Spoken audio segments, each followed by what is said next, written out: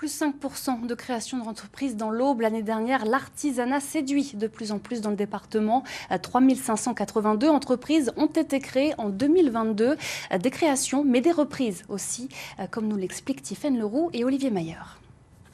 Répondre aux commandes d'encadrement à mettre sous le sapin, Aude Imperatori s'y emploie avec vigueur. Cela fera bientôt 5 ans qu'elle a entamé la reprise d'Art et Cadre, une boutique du centre-ville troyen dont elle était cliente. Diplômée en histoire de l'art, Aude a travaillé dans de nombreux lieux culturels avant de se reconvertir suite à la rencontre de ses prédécesseurs qui l'ont accompagnée.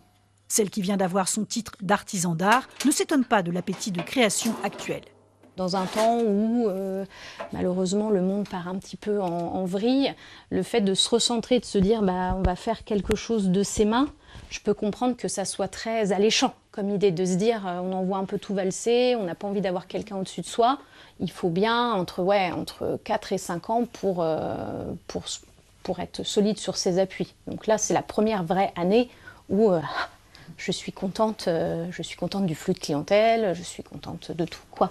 Pour assurer la pérennité des entreprises, il faut les accompagner.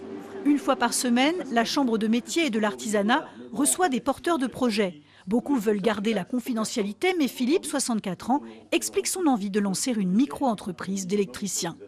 J'ai une retraite assez bonne, donc ça va de ce côté-là. Mais si vous voulez, j'ai besoin de travailler parce que j'adore l'électricité. Je suis né dedans puisque j'ai 40 ans d'électricité et je pense encore savoir le faire et puis apprendre aussi aux jeunes. Justement, une tendance s'est confirmée en 2023.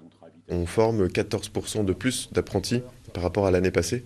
Donc ça veut dire que c'est 14% de salariés ou potentiels chefs d'entreprise en plus dans les effectifs de l'artisanat.